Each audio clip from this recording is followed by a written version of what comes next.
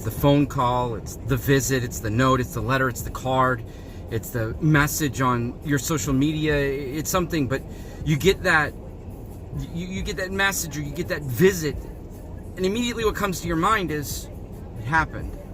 I mean, it happened. For some of us, it's, I guess it just finally happened, or I can't believe this happened.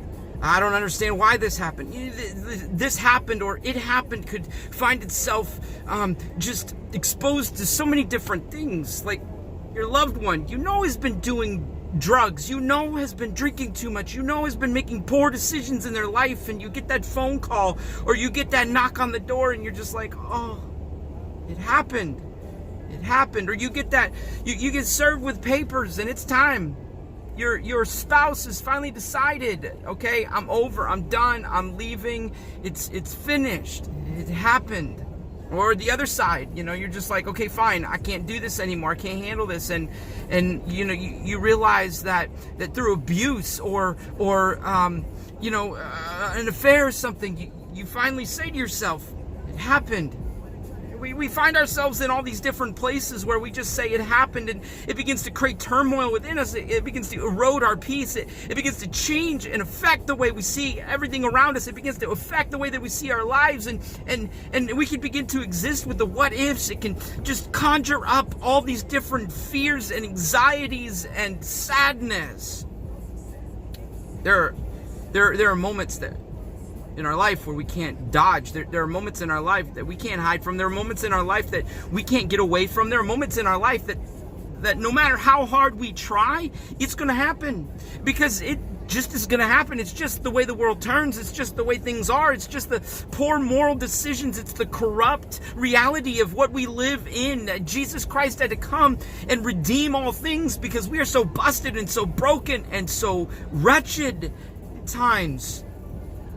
Philippians 3:13 tells us that, Paul's talking about, I've not yet attained that. He's talking about chasing after God. He's talking about chasing change in his life. He's talking about this revolutionary experience that's happened within his heart that's beginning to change everything within him. And he's like, look, I've not yet attained it, but I chase, or I pursue, or I go after my goal, or I run after it. And in that, he says, and I leave what's behind me behind, essentially. Those aren't exact phrases. You can look it up, but he says, I leave what's behind and I strain forward to what's ahead. I leave what's behind and strain forward to what's ahead.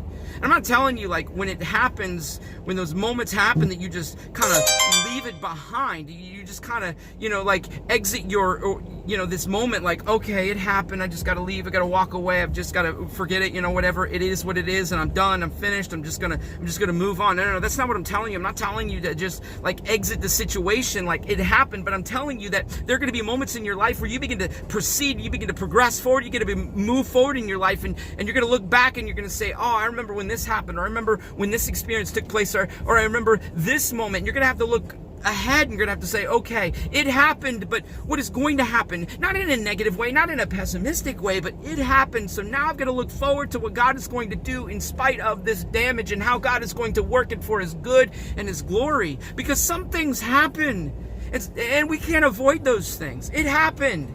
It happened, and we're going to look back, and we're going to have doubts, we're going to have regrets. We're going to, like we say, live life with no regrets. That's absurd.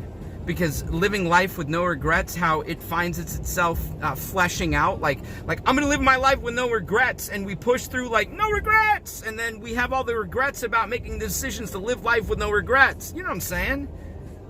So we say, it happened, this happened, it happened, these moments happened, these experiences happened, it happened. And I'm going to reconcile, I'm going to deal with it, I'm going to experience it, and then I'm going to move forward. I'm going to push forward. I'm going to push into what God has in my future. I'm going to strain ahead.